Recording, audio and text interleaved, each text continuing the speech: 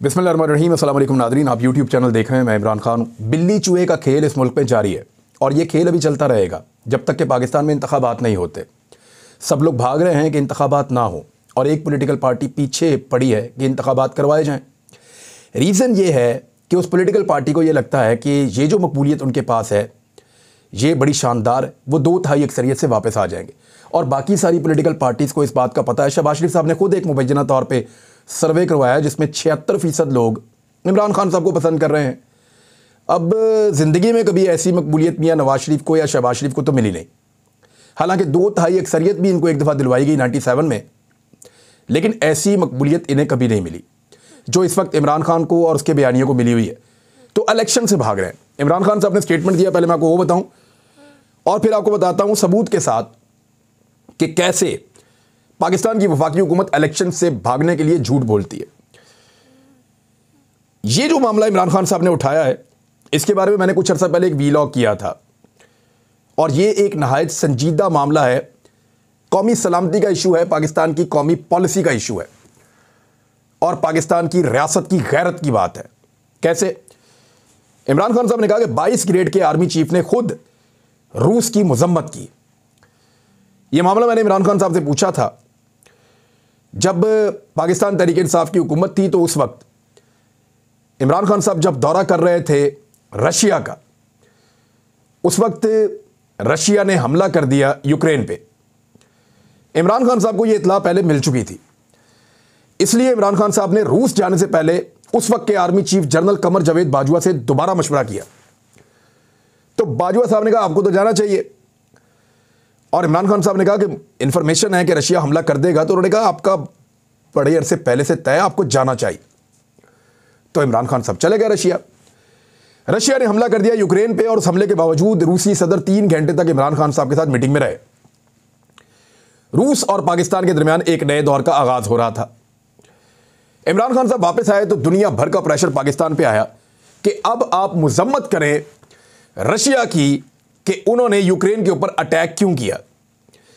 इस पे इमरान खान साहब ने बजाय इसके कि फौरी तौर पे रद्दमल देते या बजाय इसके कि वो दबाव में आ जाते एस्टेब्लिशमेंट के, इमरान खान साहब ने एक मीटिंग कॉल कर ली। इस मीटिंग के अंदर इमरान खान साहब ने सेक्रेटरी खारजा थे, साबिक जो रिटायर्ड बड़े सीनियर ऑफिसर्स थे उनको भी बुलाया गया था, आर्मी चीफ, गालिबन DGISI, DGISPR, वजीर खजाना, वजीर खारजा, वजीर आजम पाकिस्तान, वजीर दाखिला, बड़ी क्रीम पाकिस्तान की, वो सारे वहां पे बैठे और एक लंबी डिस्कशन हुई।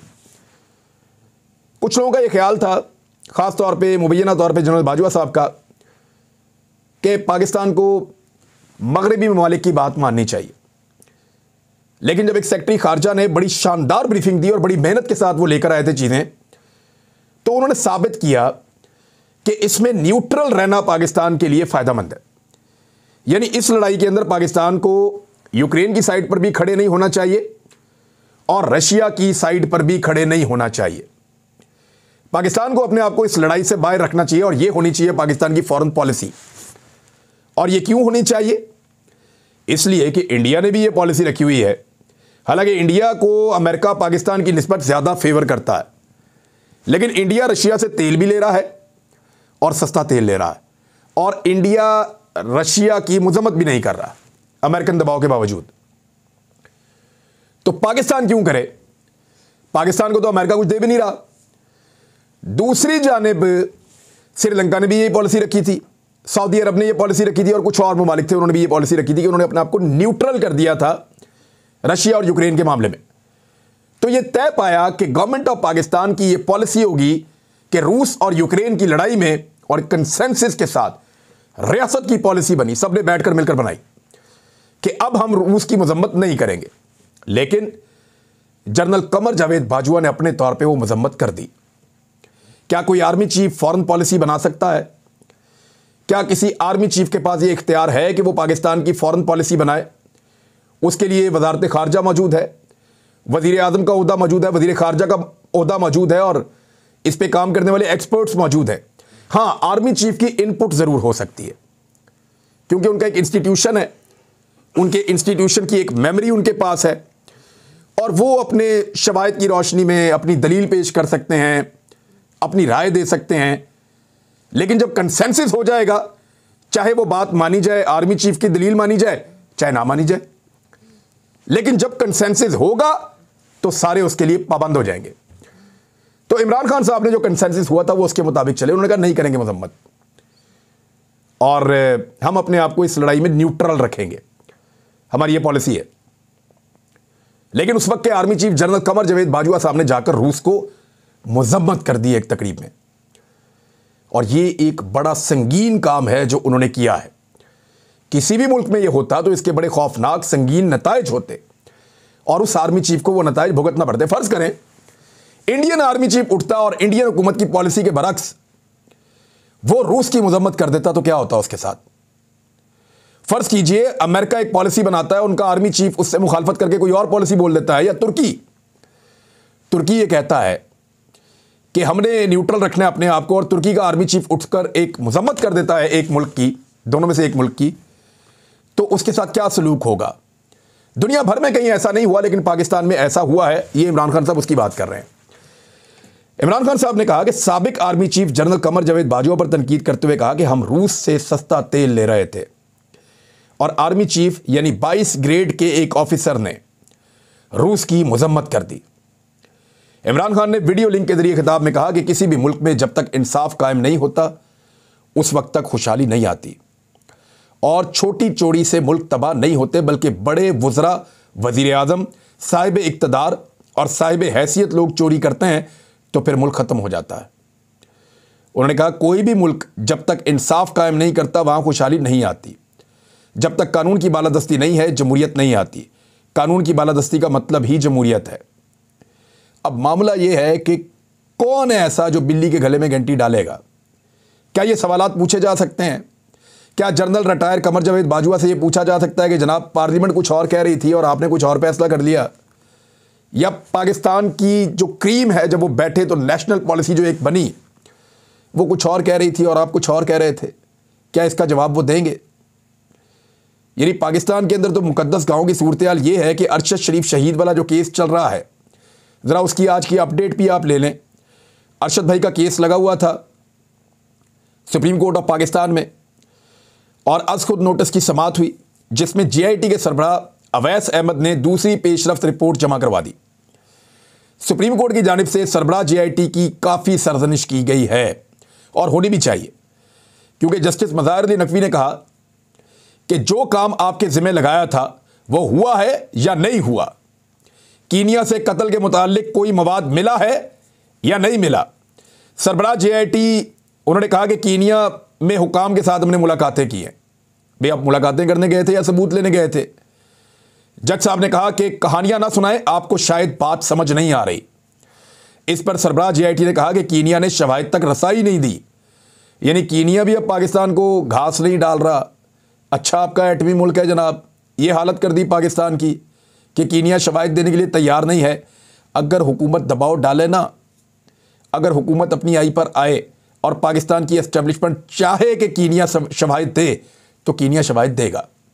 लेकिन मुझे नहीं लगता कि इनको शवाहिद चाहिए। मुझे लगता है कि ये धूल झोंकने की कोशिश कर रहे हैं आंखों में। और जस्टिस मज़ाहिर ने कहा कि शवाहिद की बात तो ट्रायल में सामने आएगी, मवाद क्या जमा किया आपने वहां। इस पर सरबराह ने इंकशाफ किया कि अरशद शरीफ कत्ल के हवाले से कीनिया से कोई ठोस मवाद नहीं मिला। जस्टिस इजाजुल एहसन साहब ने बड़े अहम सवालात उठाए, और ये मैं आपके सामने रखना चाहूंगा। वजह यह है कि इससे पहले बहुत मरतबा इस तरह के सवालात हमने भी उठाए थे, और ये वो बुनियादी सवालात हैं जिनका जवाब मिलेगा तो हमें अरशद शरीफ शहीद का कातिल मिलेगा, और ढूंढेंगे उस कातिल को इंशाअल्लाह। पता तो है सबको, लेकिन इंशाअल्लाह वो कातिल जो है वो निशाने इबरत बनेंगे, इस दुनिया में भी बनेंगे, और आगे जाकर भी उन्हें इस कत्ल का जवाब देना पड़ेगा। जस्टिस इजाजुल एहसन साहब ने कहा कि अरशद शरीफ का मोबाइल फोन और दीगर सामान कहां है। सरबराह जीआईटी अवैस अहमद ने जवाब दिया कि अरशद शरीफ का मोबाइल और आईपैड कीनिया के आईटी डिपार्टमेंट के पास है। अरशद का बाकी सामान मौसूल हो चुका है, यानी अभी तक मोबाइल फ़ोन और आईपैड नहीं ले पाए। दौरान समाअत एडिशनल अटॉर्नी जनरल ने कहा कि कीनिया ने अरशद शरीफ कत्ल की तहकीकात में ताउन नहीं किया। इस पर जस्टिस एजाजुल एहसन ने कहा कि अगर कोई मुल्क के साथ आपके ताल्लुकात अच्छे नहीं हैं और तहकीकात के लिए ताउन नहीं कर रहा, तो फिर ताउन कैसे हासिल करते हैं, सवाल का जवाब दिया जाए। यानी फ़र्ज़ करें पाकिस्तान के और इंडिया के ताल्लुकात अच्छे नहीं हैं, जब इंडिया ने पाकिस्तान से कोई चीज़ मनवानी होती है, मुतालबा करवाना होता है, तो फिर वो इंटरनेशनल लेवल के ऊपर कहाँ कहाँ जाता है ये बताने की ज़रूरत नहीं है। तो अगर कीनिया के अंदर पाकिस्तान के साथ कोऑपरेशन नहीं की जा रही, तो हमारे पास बहुत सारे दरवाजे हैं यूएन समेत जिनको हम खटखटा सकते हैं। रियासत के बाद ये इख्तियार होता है कि वो जाके इंटरनेशनल कोर्ट ऑफ जस्टिस का दरवाजा भी खटखटा सकती है, वो यूएन के अंदर मामला उठा सकती है, आलमी सतह के ऊपर दबाव डाला जा सकता है। लेकिन रियासत की कोशिश ही नहीं है। रियासत तो इस कत्ल के ऊपर पर्दा डालना चाहती है, ऐसा लगता है। और ये रियासत और रियासती इदारों का इम्तिहान है, टेस्ट है उनका। अरशद शरीफ शहीद का कत्ल और उस केस का फैसला होगा, इंशाल्लाह ज़रूर होगा। लेकिन ये जो इंपॉर्टेंट क्वेश्चन जो हमेशा से हम उठा रहे हैं, वो जस्टिस एजाजुल एहसन साहब ने उठाए। उन्होंने कहा कि अरशद शरीफ कत्ल के 3 ज़ाविये हैं। अरशद शरीफ को पाकिस्तान से भागने पर किसने मजबूर किया? वो कौन था जिसने अरशद शरीफ शहीद को पाकिस्तान से भागने पर मजबूर किया? क्या तहकीकात हुई कि अरशद शरीफ के खिलाफ मुल्क भर में मुकदमात किसने दर्ज करवाए? जज साहब मुझे बुलवा लें, मैं आपको अगली दफ़ा बता देता हूं कि मुकदमात किसने दर्ज करवाए, और मैं आपको अगली दफ़ा बता देता हूं कि मेरे पे मुकदमात किसने करवाए, क्योंकि पीछे एक ही हाथ था जो हम सब पे मुकदमात दर्ज करवा रहा था। वो कौन था हम आपको आकर बता देते हैं। मेरे पे भी हैं, साबिर शाकिर पे भी हैं, समी इब्राहिम पे भी हैं, और अरशद शरीफ पे भी हैं। हम आपको बता देते हैं कि हमारे ऊपर मुकदमात कौन दर्ज करवा रहा था और कौन ज़मीन तंग कर रहा था, अभी भी कर रहे हैं। क्या तहकीकात हुई कि अरशद शरीफ के खिलाफ मुल्क भर में मुकदमात किसने दर्ज करवाए? क्या पता लगाया गया कि अरशद शरीफ को ऐसा क्या दिखाया गया कि वो मुल्क से बाहर चले गए? ये बड़ा इंपॉर्टेंट क्वेश्चन है। याद रखिए, अरशद शरीफ शहीद को कुछ वीडियोज़ और कुछ तस्वीरें दिखाई गई थी मुबैना तौर पे, और इसके बारे में मुझे उनके बहुत करीबी दोस्तों ने बताया, और उनके पास अरशद शरीफ को ये इन्फॉर्मेशन मिल गई थी कि उनके बारे में किस किस्म का बंदोबस्त पाकिस्तान में किया जा रहा है, और फिर वो मुल्क से बाहर चले गए थे। बल्कि एक सवाल ये भी पैदा होता है कि वो कौन था जिसने यूएई से अरशद शरीफ को निकलवाया और वहाँ से उनको डिपोर्ट करवाया और उनको वो मुल्क छोड़ना पड़ा? कौन था जिसने वहाँ पे भी मजबूर किया? जब तमाम कड़ियाँ जुड़ेंगी तो खुद ही पता चल जाएगा कि अरशद शरीफ से जान कौन छुड़वाना चाहता था। बड़े अहम सवालात हैं जो जस्टिस एजाजुल एहसन साहब ने उठा दिए हैं। बहरहाल इस मामले पे हम पहले भी बात करते रहे, आइंदा भी करते रहेंगे। 90 दिन में इंतखाबात करवाने के हवाले से पाकिस्तान तहरीक इंसाफ ने नई हिकमत अमली पर गौर किया है, और उन्होंने आइन बचाओ तहरीक शुरू करने पर भी गौर कर दिया है। यानी आइन पाकिस्तान में लिखा है कि 90 दिन के अंदर इंतखाबात करवाने। अगर ये आइन को पामाल कर रहे हैं तो फिर आइन बचाने के लिए एक तहरीक चलेगी। अब बहाने इस किस्म के लगा रहे हैं, यानी इमरान खान साहब ने इसमें वकला को भी शामिल करना है, सिविल सोसाइटी को भी शामिल करना है, मीडिया को भी इसके अंदर शामिल करेंगे, और ये एक ऐसा नारा होगा कि आईने पाकिस्तान कह रहा है कि इंतखाबात करवाओ और ये नहीं करवा रहे, और बहाने लगा रहे हैं कि सिक्योरिटी का इशू है, बहाने लगवा रहे हैं कि अभी हालात ऐसे नहीं है कि इलेक्शन करवाए जाएं। पीएसएल करवा सकते हैं, आप पाकिस्तान में हैं, इलेक्शन नहीं करवा सकते। 27 किलोमीटर का इस्लामाबाद है, वहां पे इंतखाब करवाना था तो कहते हैं जी हमारे पास पुलिस नहीं है। अब उससे कई गुना ज्यादा पुलिस 4 शहरों में पीएसएल करवा रहे हैं। पाकिस्तान सुपर लीग, पाकिस्तान की कैपेसिटी भी है, पाकिस्तान कर भी सकता है, इंतखाबात हो भी सकते हैं, लेकिन नीयत नहीं है, हार नजर आ रही है, इसलिए बिल्ली चूहे का खेल खेल रहे हैं। वही जो बात पुरानी मैं आपको उसी तरह बता रहा हूं कि एक्चुअली ये बिल्ली चूहे का खेल है और ये भाग रहे हैं। उन्हें लगता है कि इंतखाबात में जाना खुदकुशी है। एक तो ये हिकमत अमली है ना कि पाकिस्तान तहरीक इंसाफ चलाएगी, आइन बचाओ तहरीक चलानी भी चाहिए, तहरीकों से ही मुल्क आगे बढ़ते हैं, और पॉलिटिकल तहरीकें चलनी चाहिए, जितनी चलनी चाहिए। बाकी पॉलिटिकल पार्टीज़ को भी अपनी अपनी तहरीक चलानी चाहिए, पॉलिटिकल एक्टिविटीज से लोगों को शऊर आता है। दूसरी जानिब एक दरख्वास्त दायर कर दी गई है तौहीन अदालत की, अदालत के अंदर, यानी अजहर सदीक साहब के तवस्सुत से तौहीन अदालत की दरख्वास्त गवर्नर पंजाब और इलेक्शन कमीशन समेत दीगर को फरीक बनाते हुए लाहौर हाई कोर्ट में दायर कर दी गई है। इसके जो मुद्दई बनाया गया है वो शहरी मुनीर अहमद हैं, वो इसके मुद्दई बने हैं। उन्होंने अपने वकील अजहर सदीक एडवोकेट के ज़रिए से दरख्वास्त दायर की है। दरख्वास्त में निशानदेही की गई है कि अदालत ने इलेक्शन कमीशन को गवर्नर पंजाब से मुशावरत के बाद फौरी तौर पर इंतखाबात की तारीख देने का ऐलान करने का हुक्म दिया था, लेकिन इलेक्शन कमीशन ने अदालती अहकामात पर अमल दरामद नहीं किया। अब एतवार के बाद, आज मंडे है, एतवार के बाद अब सिर्फ 60 दिन बाकी रह गए हैं, यानी अब तकरीबन पीछे 2 महीने, 1 महीना गुजर गया, तारीख अभी तक दी नहीं इन्होंने।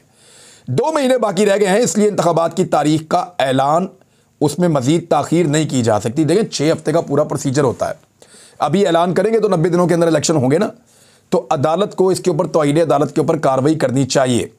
गवर्नर पंजाब आइन शिकनी के मुर्तकब हुए हैं, आर्टिकल 6 उन पर लग सकता है, ये कह रहे हैं पाकिस्तान में बाहरे कानून, और लगातार वो इस बारे में बात कर रहे हैं। हाई कोर्ट के वाज़े अहकामात इसके ऊपर मौजूद हैं।